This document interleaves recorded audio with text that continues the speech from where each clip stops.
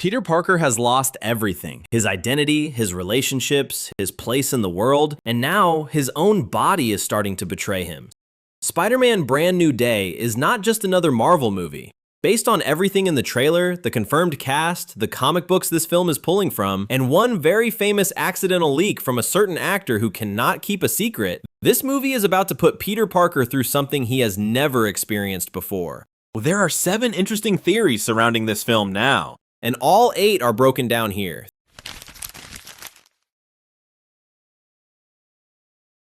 Doctor Strange's spell at the end of No Way Home wiped Peter Parker from the memory of every person on Earth. But there is one critical exception, and it comes straight from the comics. In the 2020 one-shot Immortal Hulk Great Power, written by Tom Taylor and Jorge Molina, a near-identical situation plays out. The world had forgotten Spider-Man's secret identity after a deal with Mephisto, the comic version of what Strange's spell did in No Way Home, and yet the Hulk still remembers. Banner forgot, the Hulk did not. His exact words in the comic: "You made everyone forget who you are. Banner forgot, but I don't forget."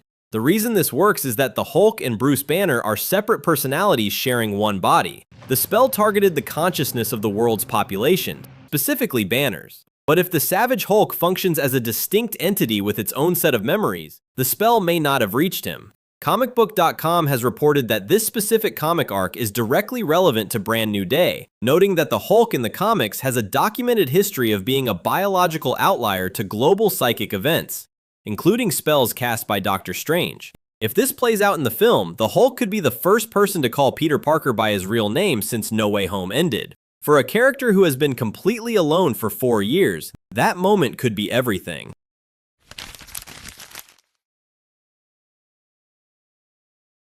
This one started with a bag of crisps. A promotional collaboration between Takis and Spider-Man Brand New Day began circulating on social media, and when fans zoomed in on Spider-Man's wrist in the artwork, there were no mechanical shooters, just web coming straight out of his skin. The trailer itself then backed it up. There is a shot of Spider-Man on a rooftop building up tension before launching off, and if you look closely at both wrists, the bulky metal web shooters are gone.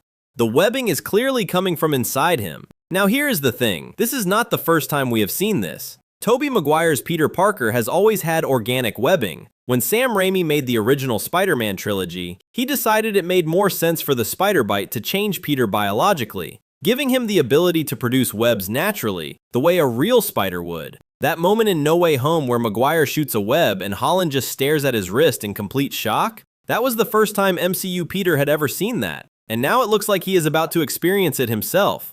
The difference is Maguire's Peter was born with it from day one. Holland's Peter is developing it mid-story, and based on everything else happening to his body in this film, it is not a gift, it is a symptom. The trailer shows these webs erupting during combat and pursuit sequences. Peter is not upgrading, he is mutating, and his body has already decided it does not need the technology anymore.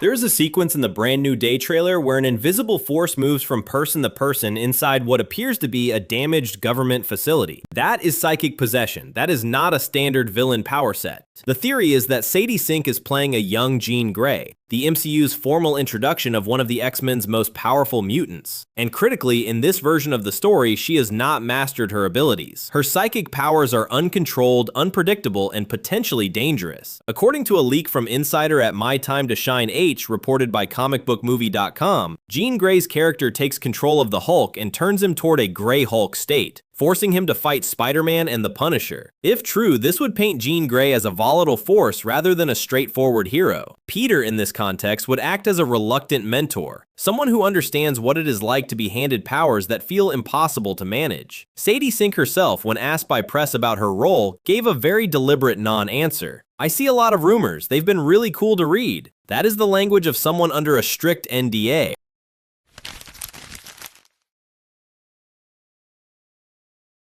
The organic webbing is the beginning. The theory, grounded in decades of Spider-Man comics, is that the mutation does not stop there. In the comics, this storyline has 2 major reference points. The first is the 6-arm saga from Amazing Spider-Man number 100, where Peter's mutation goes out of control and he grows 4 additional arms, becoming something barely recognizable as human. The second is The Other, where the transformation goes further still, producing a feral, spider-dominant creature sometimes called man-spider. If Brand New Day is drawing from these arcs, and the trailer strongly suggests it is, then Peter's body horror is not a subplot. It is the spine of the film. The mutation becomes so severe that other heroes are forced to intervene, not just to help Peter fight villains, but to physically contain him when he loses control. One detail that deserves attention. In the 1994 animated series, the episode that kicks off the Six Arms adaptation is called Enter the Punisher. The Punisher is confirmed in Brand New Day. That parallel is not coincidental.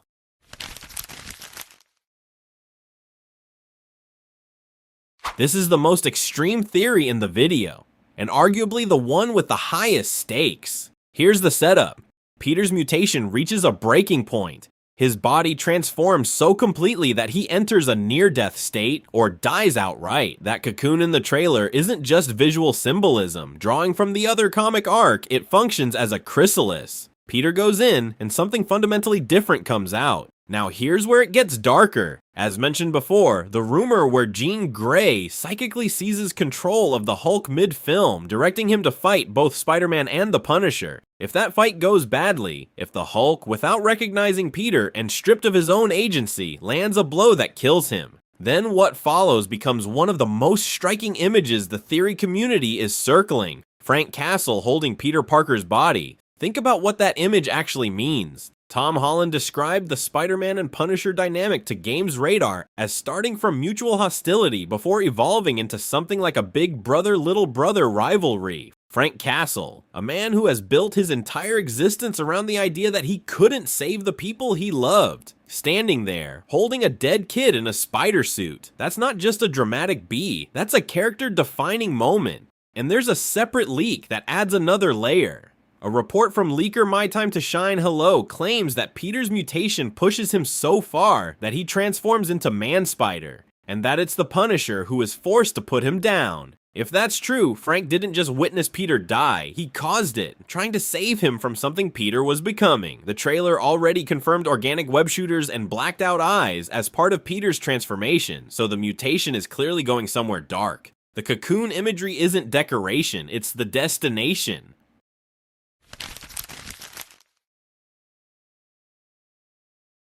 There is an unnamed role in Brand New Day. Marvel has kept it completely off the record across all promotional material, which is usually what the studio does when they are protecting a major villain reveal. The theory is that role is Martin Lee, Mr. Negative. He debuted in the very first issue of the original Brand New Day comic run in 2008. On the surface, he is a philanthropist running shelters for the homeless. Behind that, he controls a criminal empire and wields dark energy powers that can physically corrupt people with a single touch. His weapon is Devil's Breath, a bioweapon used to wipe out rival crime families and consolidate control of New York's underworld. If any of this sounds familiar, it is because the Insomniac Spider-Man games on PlayStation made him one of the most iconic Spider-Man villains in recent memory. Now, who plays him in the MCU? Steven Yeun was briefly rumored, but he confirmed on the Invincible Press tour that he was never involved. Beyond that, Martin Lee is specifically a Chinese immigrant, and Yeun is Korean, a distinction Marvel would be careful about. The strongest candidate fans point to is Stephen Oh-young, the actor who voiced and performed Mr. Negative in both Insomniac games. When asked if Sony had reached out, he said, "I have not been contacted by Sony. Let me just say I know certain things, but as far as contacting me, that is yet to manifest itself."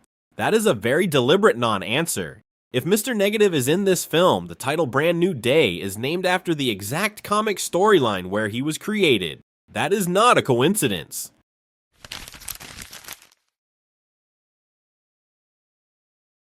At a recent appearance at the Cinema Adriano in Rome, Italy, Mark Ruffalo, in front of an audience, said the following about Spider-Man. I promise you 1,000% that he'll be fighting an alien in the future. That clip went viral within hours. Multiple outlets, Games Radar, MovieWeb, Geek Tyrant, Bleeding Cool, all reported it, and the fan response was immediate. The alien is Venom. Here is why that reading makes sense.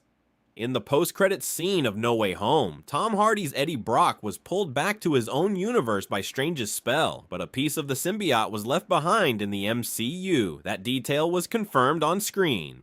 Marvel does not put details like that in post-credits scenes without a plan. The symbiote has been sitting in the MCU unaccounted for since 2021. The theory, backed by Screen Rant and multiple other outlets, is that the symbiote is drawn to intense emotional states. Rage, isolation, grief, everything Peter has been carrying since No Way Home. It finds him, and he bonds with it. The Black Suit arc begins. The consequences are exactly what you would expect from the comics. The symbiote amplifies his aggression. His isolation deepens.